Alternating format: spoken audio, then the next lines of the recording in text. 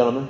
Again, my name is John Paris. On behalf of the entire Asian American group, we appreciate you taking time out of your busy campaign schedule on what appeared to be a gorgeous afternoon to come down and be interviewed this afternoon. The Asian American group has been in existence for about 20 years now. Mike Viswani, the gentleman sitting to my left, has been the president for the last 10 years. For about the last 7 years, we have been conducting panel-style interviews for purposes of both our primary and general election endorsements. Some of you have sat through our interviews before, and some of you haven't. But just a little bit of background on us, and what we plan on doing for purposes of the endorsement process is this. Next week, probably on either Wednesday or Thursday night, we are going to have a makeup day scheduled for individuals who could not be present this morning and this afternoon. Then, sometime next weekend, hopefully by Saturday, we're going to release our endorsements.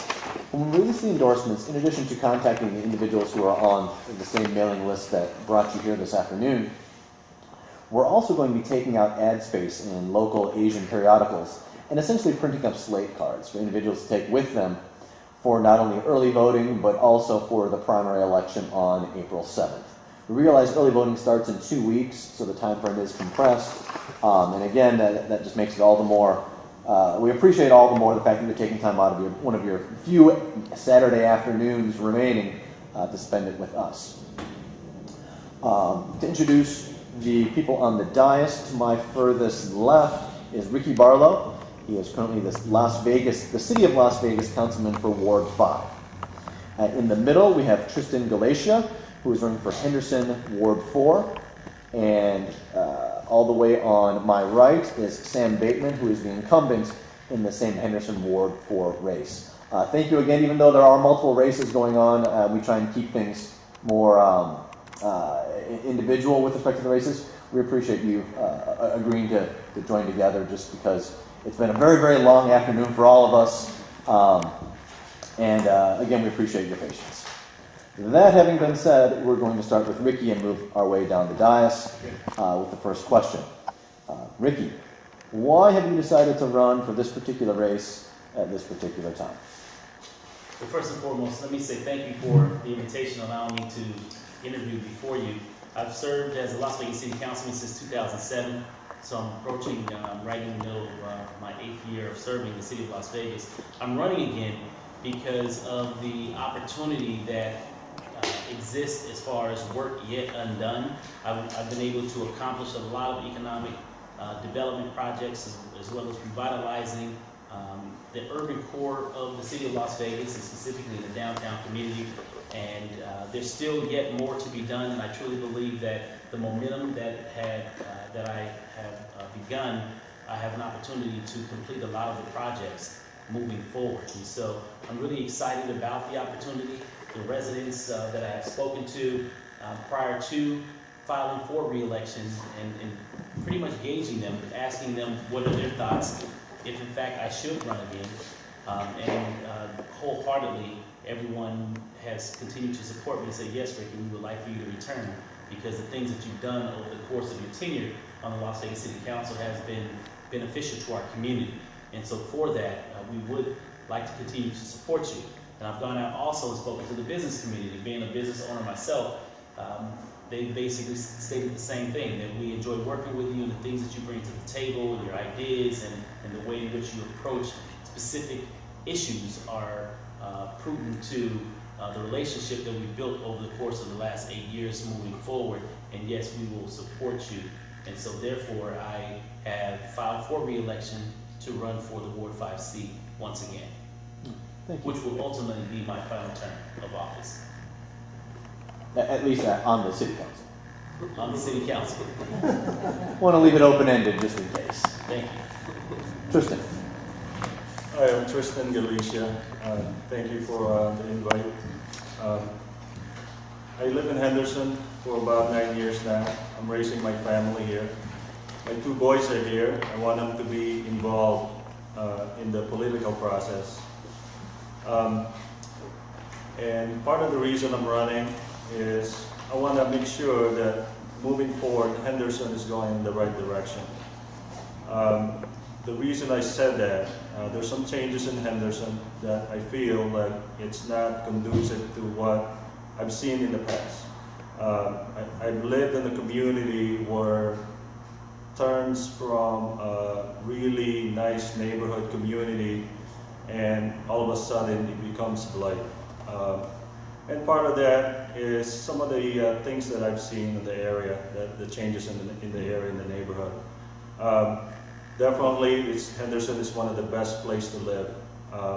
It has one of the safest cities, always been ranked in the top 5 or some top 20.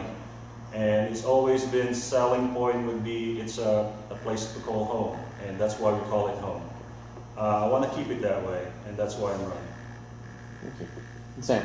Thank you, and again, thank you for having us. I want to run again after my first term because I think I've been effective, and I think I've been effective at probably one of the most important things that we've had to deal with over the last 4 years is balancing the budget. We went from 2011 to having a $30 million hole in our general operating fund to balancing the budget this year, and we did it without increasing property taxes on folks that were still struggling in Henderson, despite the fact that the economy is getting better. So I think one thing that's very important for voters when they're deciding who their city council person is, they should be concerned about who can be effective going forward. And I think you have to look at a track record to decide whether somebody can be effective going forward or not. And I think if you look over the last 4 years, pulling us out of 2011, which was really the worst of the worst in the economy, and actually coming out the other side a more vibrant, a more economically viable city.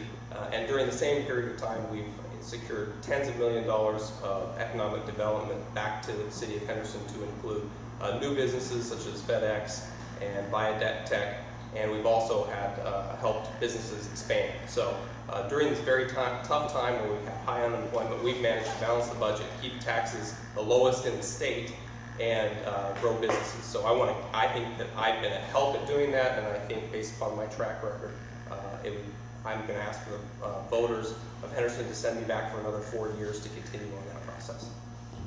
The next question we're going to start with Tristan, but I needed to divulge something to you after Sam spoke that I realized I haven't yet. I'm a private defense attorney. I currently do not have any cases that are directly against where Sam has been assigned as the prosecutor, but there are times when I'll just come into courtroom and he happens to be handling the calendar that morning. So to avoid the offense and impropriety, while I'm certainly going to handle the moderation, I'll moderate this particular panel. I'm not going to participate in any of the actual decisions with respect to the endorsement in your particular race. Assuming Derek interviews with us at our makeup date, I will inform him of the same. But it's just a more fair and equitable way to handle this particular situation. Oh, no problem. Okay? So I want to make sure you knew that. Sam and I had told Sam, by the way, I'm going to have to say this. So he knew this was coming. But I just want to make sure you're aware of that fact as well. That having been said, next question, like I said, we'll start with you, Tristan, and then go down the aisle.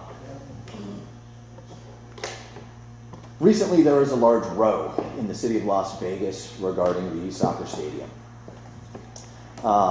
which has now more or less been rendered moot. But one of the issues it brought up is this.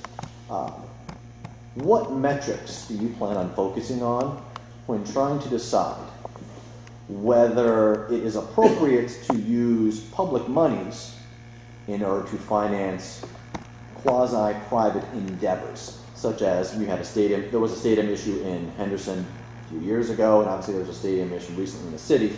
But getting away from that specific issue, what metrics are you going to focus on to try and determine if it's in your constituents' best interests to go forward with using public monies for private endeavors? That's a very good question. And part of that is knowing what the citizens are actually demanding. Part of it's what's happening right now is the majority of Las Vegans don't want the soccer stadium, from what I gather. However, there's some big money is being pushed around to have that funded. So if you're asking what should I make a decision, like for example, a stadium by St. Rose Parkway, I'll definitely listen to the citizens first. if the demand is warrant, and then we should have a study if it's feasible, and how much. How much are we talking about? Are we going to raise taxes for our citizens? How much impact is that going to be? So we should be prudent in that decision. We should not be influenced by so-called big money coming in and trying to persuade us to say, hey, we're going to build a stadium here, and turn around and say, you see a sign saying, for sale, single family residential. And I feel like it's an embarrassment to the city at that point. We have to listen to our citizen and make sure we make our decisions based on what the citizen wanted. Although a lot of these stadiums, if you look in the future in other cities, you have to compare them. Las Vegas is one of the few big growing city metropolis now. We have over 2 million people that doesn't have a stadium or a sports team. I know it's a big push for NHL. We'll see if that pushes through. I know MGM is building a new stadium behind the MGM Arena, and we'll see how that goes first. I mean, in Henderson, we could probably, hopefully, steal that location, because we do have some areas in Henderson that's close to the freeways. That's very good location for everybody. If you're traveling down I-15, you could easily, if you're going from California to here, which a lot of people are going, there might be some rivalry, from LA to Las Vegas. Let's say there's a NHL team, LA Kings coming out here, and we could probably try to steal that if that was, if I'm part of the council. I would try to say, hey, you know what? Let's see if we could take advantage of this situation. Las Vegas has very few undeveloped areas. Henderson has some lands that could be, taken up and built. So, as far as metrics, I'll definitely listen to the citizens first. Secondly, I will think in the future and compare our city to other growing cities. We have Portland who's growing, and maybe we could talk to them and see how well they're doing. There's a lot of teams are vying for NFL. I mean, that's one of the selling points for the NFL was like Milan, I think his name, the last man who said he's going to build 2 stadiums in the city of Henderson that collapsed.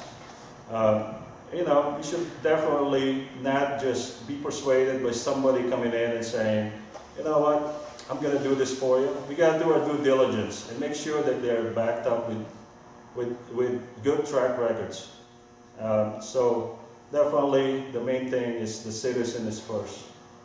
But you have to look in the future and make a decision based on what you see and get some input from other cities as well and see how well anything stadium or what have your sports team has been perceived in those cities. Thank you. Sam. Okay. Specific to your question, going back to the stadium that was at issue back in 2011 and 2012 in Henderson, at the time that we set up the deal, there were no guaranteed front-end tax dollars on taxpayers in Henderson. Any financing of that was going to occur after the fact through tax increment, through potential star bonds, through sales taxes associated with tickets and sales of that particular location. To your question about how do you decide, we actually have the city of Henderson level. One of the major ways you help business with taxpayer dollars is through tax increment financing, which is not money on the front end, but it's money on the back end. Essentially, as a business goes in and develops property and the property values increase, as property values increase, the taxes that come in from that development then in part go back to reimburse the developer. So I think those are very good things. We have 5 redevelopment agencies or areas in Henderson, one of which, for instance, is in the area where Union Village is going in, where we have cooperated with a development group to build a healthcare campus. Some of that will be their own money, most of it will be their own money, but it also is a redevelopment agency, so much of the infrastructure is going to be reimbursed through tax increment financing. Again, as the property value increases, it's important to engage in those types of development, because if you didn't, what we had out there previously was a gravel pit. So, I think we need to be smart in how we utilize tax dollars to improve economic development in our cities, but that's one particular way in which we do it. And Ricky, I'm sure you have absolutely no strong opinions regarding the stadium plan or public monies, right? Of course I do. Please. Thank you. First and foremost, the stadium, which was proposed for downtown Las Vegas, in my humble opinion, was a well thought out, well-crafted, well-researched base position that the majority of the council took in relation to coming to the realization and capturing the votes in which we did in order to move the project forward. Looking at the return on investment is how we visualize the opportunity of what would breed from the life of the stadium coming into downtown being a catalyst to really drive more business within our downtown community. Through the politics and the minutia of twisting the truth, the community, in my opinion, received a lot of bad information in relation to how the deal was structured. We were using the room tax dollars, which was not coming from the taxpayers here. It was coming from tourists. We were using tourist dollars, no different than what we used to build the Smith Performing Arts Center. Tourist dollars, heads and beds. And so as those tourists come to Las Vegas, we were able to capture the room tax dollars and use a portion of those room tax dollars in order to pay a percentage into the overall aspect of the stadium development. And over the long haul, the benefit would have been 250% greater than the initial investment, which I looked at as an opportunity to do even more because we have more money now coming into the city's coffer versus what's currently coming in the door. And so with that, I looked at it from the standpoint of one, the specific geographic area in which downtown exists has a very high unemployment rate. Secondly, the gaming establishments in downtown have come and spoken to me in relation to how do we increase the number of tourists in the downtown. This was all prior to the stadium coming online. These are all previous conversations. And so now moving fast forward with the stadium coming online, I looked at it as an opportunity of one, employing individuals that have been unemployed for a very long time, which were those residents in and around the downtown community, as far as providing them an opportunity to get back to work, to provide for their families, to once again be sustainable individuals, giving back to the community through employment, number one. Number two, having the opportunity of bringing more people into the downtown, which basically will put more heads and beds in the downtown community, which also basically increases our opportunity to attract additional businesses in relation to the supportive services that the stadium would be in need of. Now, keeping in mind that the MLS, the Major League Soccer, only has 14 home games. So therefore, that's 14 days out of 365 days a year. So this is what makes this a multi-purpose stadium, having the opportunity of programming the stadium, bringing in a variety of conventions, concerts, championship games, whether it be high school championship, for example, the university could host games. There's a variety of programs that can actually be housed within this multi-purpose stadium outside of MLS. And I believe that the community got caught up on the fact that it was only soccer, and that was not the case. It was a multi-purpose stadium which would provide a variety of tourists coming into our community, which could basically increase the tax base and the income base of what we currently have in the downtown community. And so therefore, my position moving forward was to bring in a multi-purpose stadium that could assist the downtown community be revitalized, be redeveloped, and also help to grow the small businesses that will have an opportunity to support the stadium and its procurement needs. Thank you.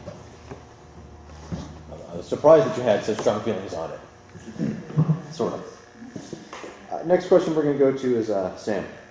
We've heard a lot of people that have come in here over the last few hours Many of them spend a great deal of their campaigning time walking door to door and trying to meet as many constituents as possible to get their name out.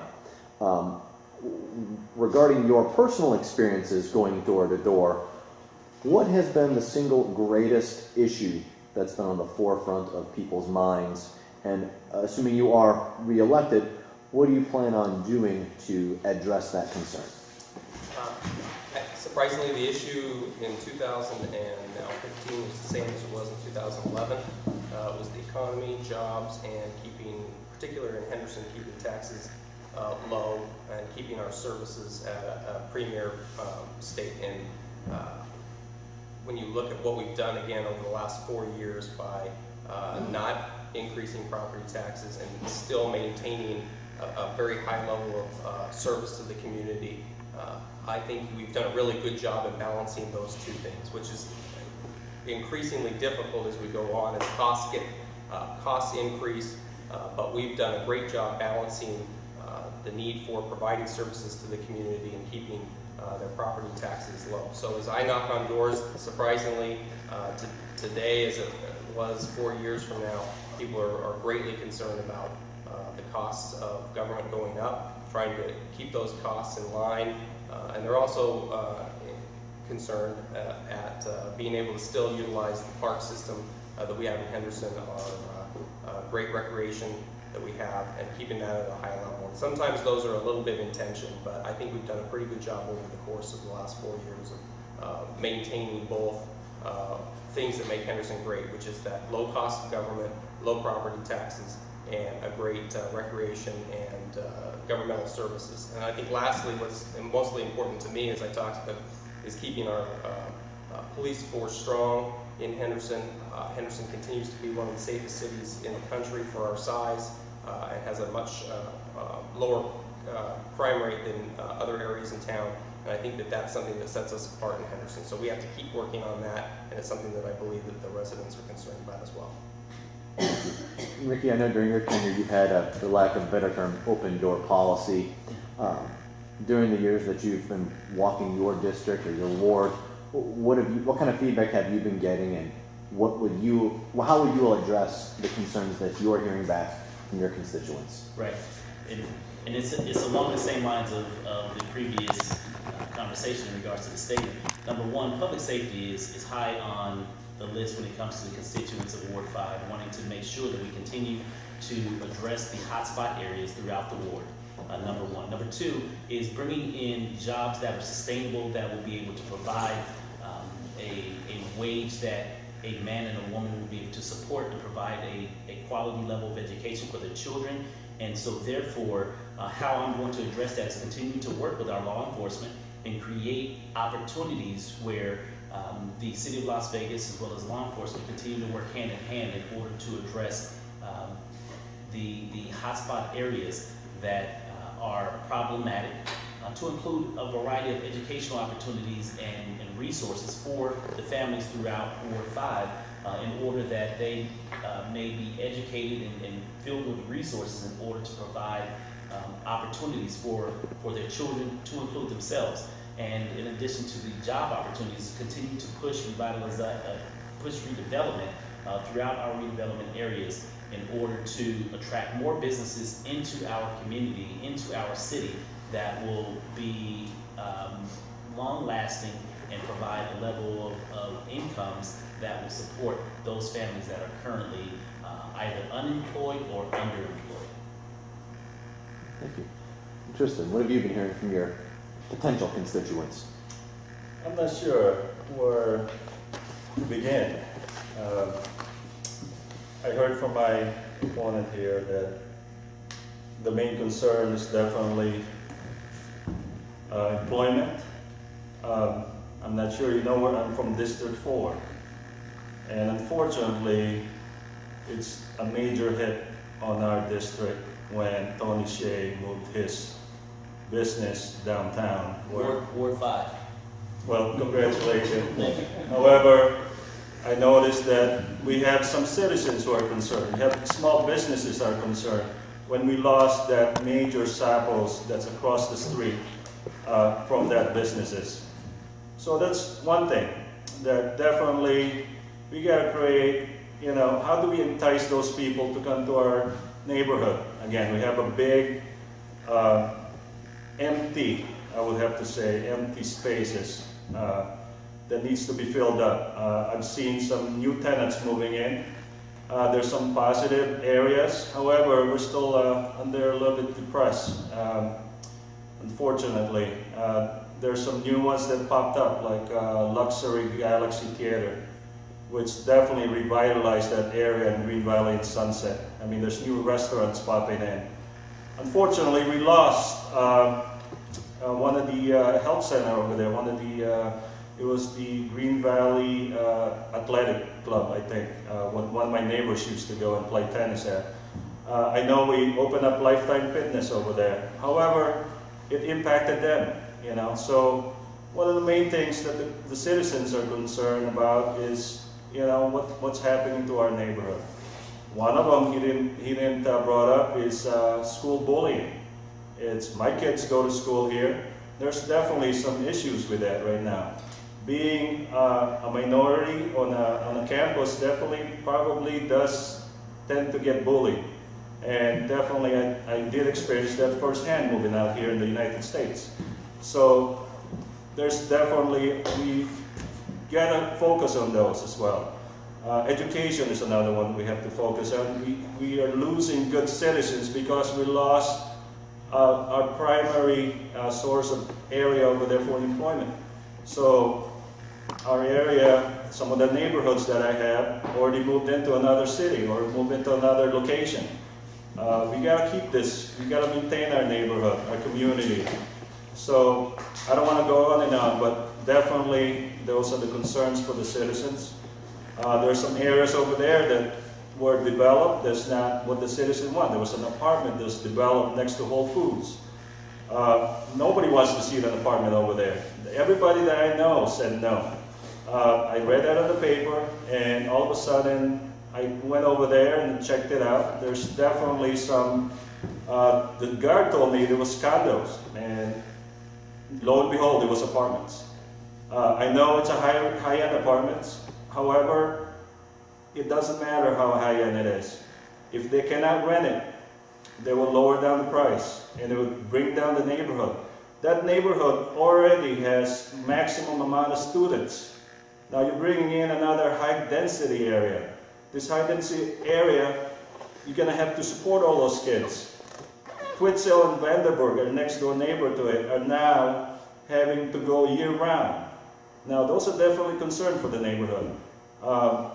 So those were the people I talked to. Definitely, I like to see my neighborhood to success, like he has. He gained some, he definitely benefited from there.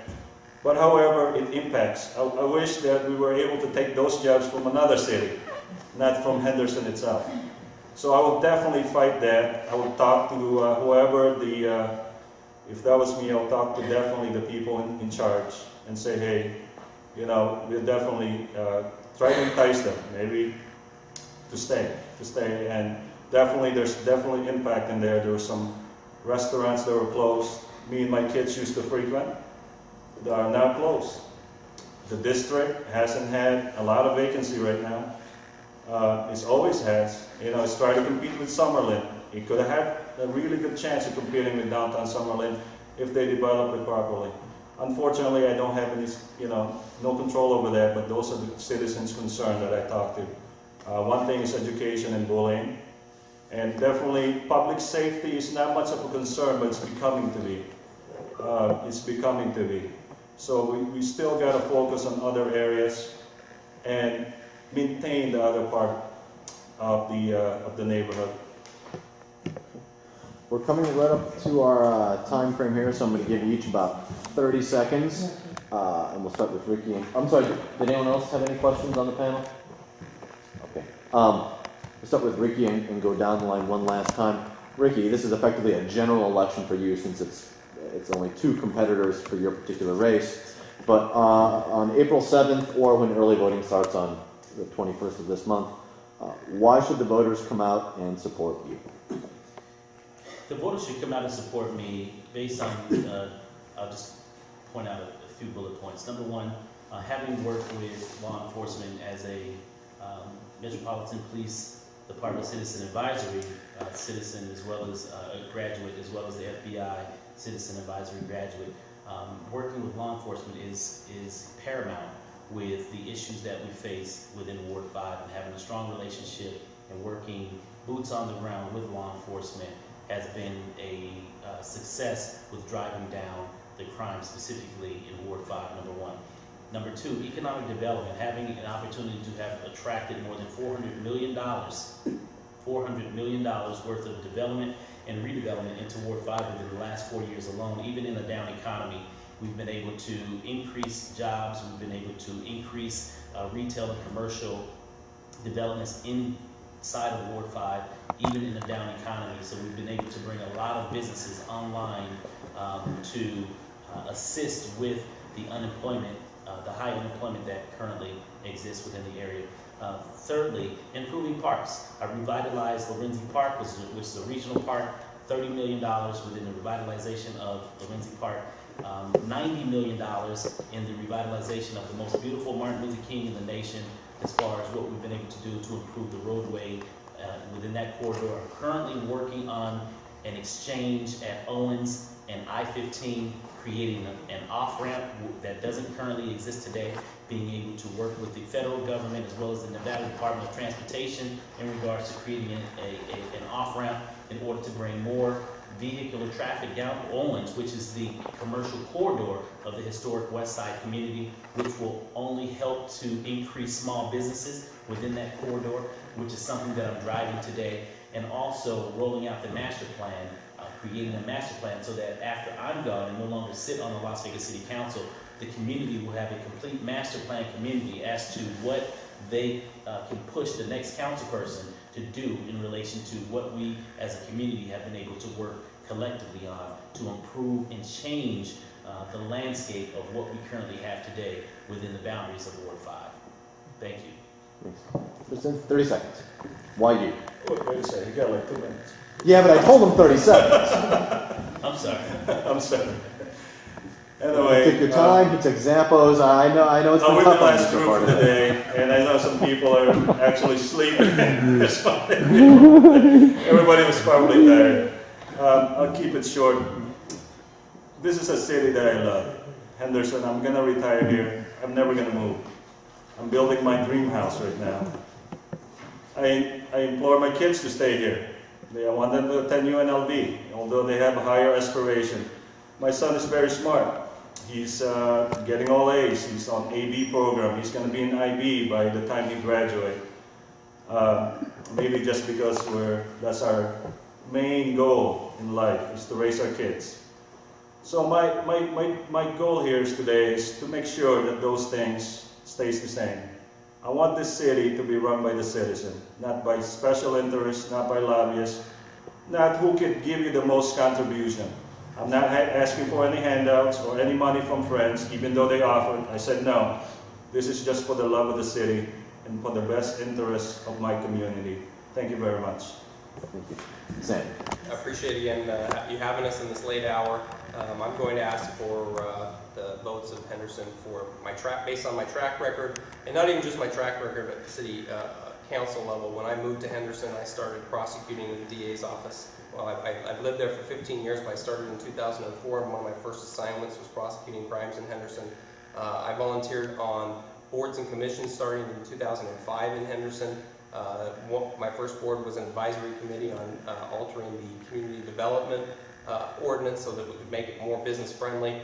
From there, I volunteered for 4 years on the planning commission in Henderson, protecting our neighborhoods and helping improve development and make it better for the citizens in the city of Henderson. Started in 2007, ended up as chairman of the planning commission in the city of Henderson, and then when the seat became open through term limits, I ran, and I think I have a good track record for the last 4 years. So I think what I've proven is that I'm committed to the city that I have lived in for 15 years. I have made an effort from day one, from early on in moving to Henderson to give back and to volunteer my time and to make sure that I'm aware of all of the issues that were going on in Henderson, even before I ran in 2011.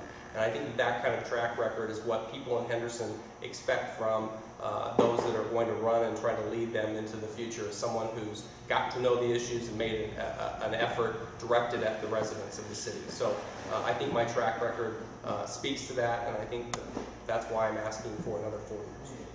Thank you. Thanks. Well, again, gentlemen, appreciate all your time. We will be releasing our endorsements in about a week. And before you leave, if we can get a photo with you over there, we would really appreciate it.